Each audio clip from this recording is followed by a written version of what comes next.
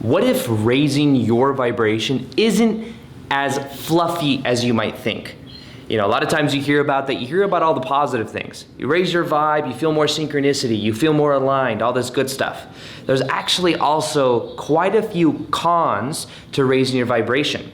So what I wanted to do is I wanted to actually show a real, authentic, no BS understanding of both the pros of raising your vibration, the cons of raising your vibration, and what I've learned from my own life. Because over the last, I'd say 7 or 8 years that I've been raising my vibe, really focused on it, there are a lot of benefits, but there are also some negatives that you may not be aware of, but luckily you're watching this video. So what I thought I'd do is share with you exactly what those are, help you bypass them away, saving you a lot of time and energy and a lot of uncertainty of knowing, why am I feeling what I'm feeling? Isn't it supposed to be just fluffy good and all good?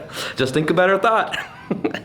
Just think a better thought. No, this goes deeper than that, okay? It's not all just thinking a better thought. It's changing the consciousness from the inside out, which sometimes means looking at the shadow, which sometimes means going into the uncomfort. And that's exactly part of the process that I'm gonna be sharing with you in this video. So with that being said, let's get into it right now. Welcome back to another video. My name's Aaron and I help people expand their consciousness. Now in this one, I wanna be sharing with you the raw, honest truth about raising your vibe. So first off, here's some of the pros, here's some of the cons. The first one I wanna share with you is actually right in the middle, because I'd say that this is probably one that I've had to deal with the most. And let me explain a little bit about it, but it's people not getting you. This happens a lot when people raise their vibration. Have you ever raised your vibe or had some cool insight and then you shared it with friends or family and maybe you felt like they judged you, they didn't understand you, and it kind of shut you down a little bit? This happened to me back in 2012. I went through my awakening. I learned meditation. Within a very short period of time, my whole life changed. I went from somebody that was taking Adderall during the day so that I could focus, which is what they give to people that have what is called ADHD. And at nighttime, to balance out the side effects of that Adderall, where you couldn't eat much, you couldn't sleep much, I would smoke weed. So I was constantly feeling like I was at the mercy. I needed these two things in order to get by.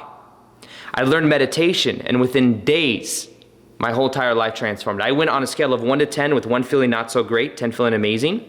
About a 3 as my base point. It would go up a little bit if I smoked, if I drank, if I did Adderall, I'd go up a little bit and then I'd fall right back down. Once I learned how to observe my thoughts, not try to control them, I started to feel about a 7 or 8 out of 10. It took a couple days for it to really click in, but after a couple weeks, I felt like literally a different person. And then when I would smoke or drink, it'd bring me back down to like a 5, and I would be like, why would I do this? I feel better without it. I started feeling high all the time, and with nothing. And it completely changed my life. From that point going forward, I went on this journey of like going inwards, understanding how reality works. I let go of the pain of my past regarding my ex-stepmom, and as I healed that, I realized that my outer reality began to change, and I started to feel completely different. I learned meditation, I started doing mantras, I started getting into some pretty esoteric, ungrounded things as well. But nonetheless, my whole entire life transformed, and that left a lot of people not understanding what happened to me. I had friends, a family. My dad didn't understand what happened to me. He thought I went crazy. My mom luckily was there for me, supporting. She also went through a spiritual awakening when I went through mine, and that was really cool. But a lot of friends didn't understand me, and I felt more alone than ever, and I didn't understand it. But that was definitely a con that a lot of people don't talk about with spiritual awakening. One of the cons is you also become very flighty. You become very there's a common theme I see a lot of spiritually awakened or people that are raising their vibe go through, and it's where they just want to meditate all day. They just want to eat vegan food. They just want to do this. They just want to do that. And they start to really identify with these labels. And in a way, it's not always like this, but a lot of times it makes people very kind of like airy-fairy in a way. Nothing wrong with it. I'm not judging it. But I will say that back in the day, 2012, when I went through it, I was so like that I was like, I don't even want to have a job. I was literally like, I went into work one day and I literally just quit. I was like, I'm not going in. You guys want to know why? This is kind of funny. I shared it on my podcast, but because I wanted to help the planet go through this ascension process, right? In 2012, I learned about everyone were ascending to a higher level of consciousness. So every Sunday at like 2:00 p.m., there was this guided meditation, global guided meditation for helping the planet ascend. And because some days I went in and I worked at Nordstrom's and Women's Shoes, I would have to work, and then I would like run out at 2 o'clock every day across the street to the Trump Hotel, and I would meditate in the grass and allow this high vibrational energy to come through, which is funny because this is in 2012 before, Trump was even president or anything like that. But I'm meditating, bringing in this high vibration energy. And guess what? One day it got into the way of that. I said, you know what? I can't have this. I got to help the planet ascend. So I literally went in one day and I quit. And after I quit, I went like 6 to 7 months with just going inwards and being very flighty, just sun gazing all day. And it was a phase I needed to go through. But eventually, I realized I was resisting 3D reality. I didn't relate to people the same way anymore. So I had to get back into having a job. That's when I applied at Barney's, New York, got the job like literally the next day. And I had to learn to be more grounded. And I had to learn how to not just be hairy-fairy in 5D. I had to also integrate into reality. And that's why I think a lot of people enjoy my content, is because I'm rooted and grounded as I share this information, and it makes it more digestible to people that listen, because I think it's not just crystals and stuff. And I love all those things, by the way. I'm not talking smack on any of it. But one of the cons is that people may not understand you. Now, another thing that you may have to go through has to do with something that is called tension. This is a con. This is a lot of people that are spiritually awakened or go raising their vibe. You might find that you're a people pleaser or a nice guy. This is very common. And what I've had to do is I've had to learn how to be okay with tension, which is pressure. But the thing is when we feel tension, if we in childhood went through a lot of trauma, and you'll find that a lot of people that have gone through a spiritual awakening or have risen their vibe, they went through a lot of pain growing up. What you'll find is that pressure then creates for that transformation. However, they may have not wanted to be around tension growing up. I had a narcissistic ex-stepmom in my life from 7 to 16 years old, and I got a lot of pressure, I got a lot of tension, and I started to associate not wanting to get that, so I would do anything to mitigate that tension, even if it meant being nice. My dad's a nice guy, so I've had to literally recover from being a nice guy, and how to be okay with being in tension, how to be okay with saying no. How not trying to be nice. This is the thing with being nice or a people pleaser, is that what nice people or people pleasers are trying to do is they're trying to give, trying to be nice in exchange for validation, love, and approval. So part of transforming and raising the vibe and having the self-respect is realizing I'm good either way. I don't need anything from anyone else. And then what happens is as you become more and more okay with tension, you'll find that then people begin to respect you more. You begin to respect yourself more. That's something I've learned this year, and it wasn't comfortable. I've had to say no. I've had to draw boundaries with people. I've had to be in uncomfortable energy and uncomfortable situations, but guess what? I feel more powerful than ever because I'm doing what I want. And a lot of people that have gone through a spiritual way, they want to add value into the world. They want to help other people, which is great, but it has to come from a place of being okay with whether people like you or not. You're not being attached to that validation and approval. Saying no. I remember when I first started on YouTube, I started making daily videos back in 2017. I had friends, I want to hang out. Come over to this party. I'm like, I have to make this video. I had to have priorities. And I had to say no, which is sometimes uncomfortable and sometimes sucked. I wanted to go over. I wanted to hang out. But I knew that if I did, I would smoke or I would do something. I had to let go of all that. And as I did, guess what? I was saying no to this, you say yes to something else. So a lot of people don't know, but when you raise your vibe, you may have to say no to certain people. People may not understand you. One thing you want to make sure, though, is that you don't let and develop a belief system that says people don't get you. You want to realize that a lot of times that becomes a self-fulfilling prophecy. Even if someone came into your life that did get you, you just see them as not getting you and you'd block out people from really understanding you. Now that I've shared some, I'll say there's more cons, but there's many benefits. One is you release resistance.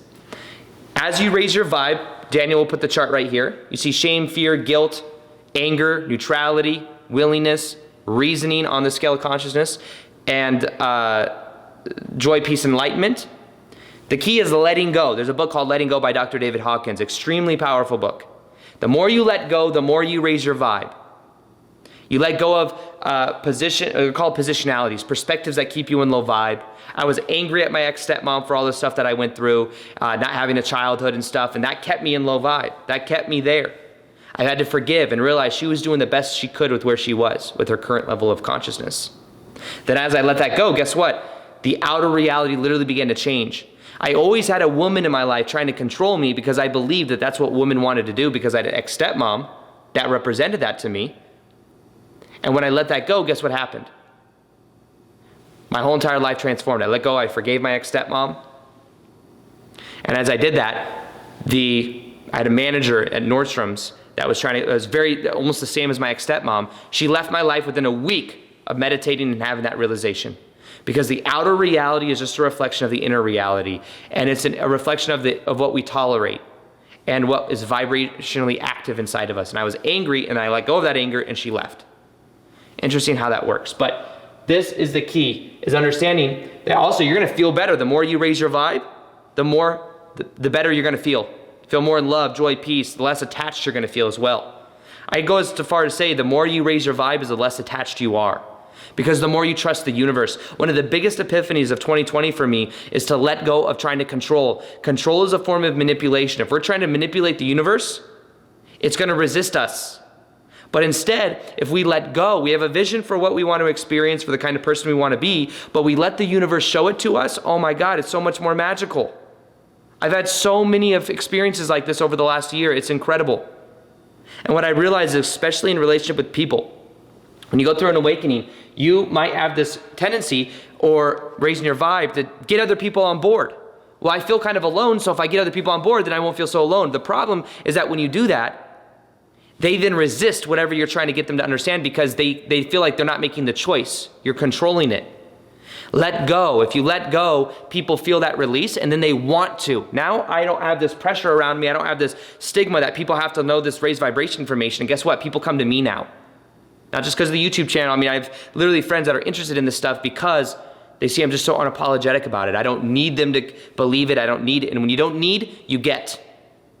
Very common thing. I have many videos on that. But the desire actually blocks you. You notice on that scale of consciousness, desire is at 125. Needing and craving is the whole reason you don't have it. They're different vibrations. The vibration of wanting something versus needing something, or the vibration of wanting something versus having something, are completely different. Now, aligned to your mission. So the pro is that you then become aligned to your mission. You're doing what you came here to do. I believe many of us listening to this video right now or watching this, you came here to help people wake up to more and more of who they are. You came here to wake up yourself. And as you do that, it changes your life from the inside out. It adds value to the planet. If you believe you came here for this purpose, to wake up to this information and to raise your own vibe and to do what you're passionate about, can you smash the like button and comment belly button below, okay? Why belly button? There's a whole story to that. It's on the podcast. But nonetheless, this is the key, is realizing there are many, many pros. And I promise you the pros outweigh the cons. But there are some cons that come in that we just got to be aware of. Another con is you're going to have to jump into the scary unknown. When I had to let go of a 9-to-5 job that brought me a lot of comfort and jump into something that wasn't very stable or secure, but I had to believe in that vision. And even though it's scary, guess what? In the unknown is where magic happens. The other thing though is you may develop a spiritual ego. When people didn't understand me back in 2012, I was like, they're just asleep. They don't understand. And then what happens is you develop this rigidness, and they can feel that. And you end up creating a lot of, you just can't connect with people because you're judging them without knowing it. And even around there's many spiritual levels, like, I am vegan, what do you eat? That develops a spiritual ego. I am this way, I meditate for 4 hours a day. How many times do you meditate a day? See, the spiritual ego gets brought in, and then we believe that the more spiritual we are, the better. Realize that life itself is a spiritual experience. Even little things, you can make anything spiritual. Walking your dog can be a spiritual experience. Watching a movie can be a spiritual experience. Everything is spiritual. It's just that we like to put compartments. This is spiritual, this is not. Are you spiritual or less spiritual? Everything in life can be spiritual. One of the reasons Eckhart Tolle says he doesn't have to meditate and actually meditate is because he's in a constant meditation. Life becomes meditation. And the two things that I think will raise your vibration the most, by the way, is one, having a meditation practice, observing your thoughts for 5 or 10 minutes a day. And then two, and I say do it right when you wake up in the morning, right before you go to bed at night. Will change your life more than anything else if you do that, I promise you. It may not be immediately, but over time, it goes into your identity. It changes your sense of identity. Secondly, do something you're passionate about every single day with a vision of the kind of person you prefer to be. I made videos every single day on YouTube till I didn't have that 9-to-5 job anymore. Changed my life more than anything else. When you're aligned to your heart, not your mind, but your heart, you'll find that the universe, and then let go. Let go of beliefs that don't serve you anymore. Let go of labels that don't serve you anymore. The more you let go, the more free you will feel. And that's when your life really begins to change in a very powerful way. And for those of you who didn't know, when it comes to living your passion, doing what you love, with the power of the internet, anybody can do it. All you have to do is have the right strategy to do so. Now, whether you're listening to this and you're a healer, you do Reiki, you're a life coach, you're an artist, you're a musician, you're a consultant, whatever it is you're passionate about, you can do it, and you don't need a big old audience. You don't even be on camera. You just have to have a strategy for learning how to do that. I remember, for me to go full-time and to quit my 9-to-5 job, I talked to my buddy Victor about this when I first met him. He said, how much in bills do you have a month? I was like $1,600 a month in bills. He goes, okay, that's like 8 coaching clients. Get 8 coaching clients, you don't have to have a job anymore. That was a mind blown to me. Oh, so you don't need 1,000 followers. You could literally have 8 coaching clients. There's just so many strategies. It's way easier than you think. If I knew what I knew now back when I first started on YouTube, I would have gone full time within weeks. No joke. When I had like 3,000 subs or something. So anyways, if you want to learn more about that, you can go to fulltimepurpose.com. My buddy Victor and I will show with you how we've helped so many people go full-time doing what they love. Simple strategy. You'll get that in the webinar. Go to fulltimepurpose.com. Check that out, or the link will be in the description box below. Other than that, there's some cons to this, but realize the pro is you feel more aligned than ever. You're doing what you came here to do. You're doing it in a heart-based way. The cons are just there to help you grow. That's one way to look at it. So with that being said, hope you guys enjoyed this video. And as always, talk to you guys on the next one. Peace, much love, and namaste.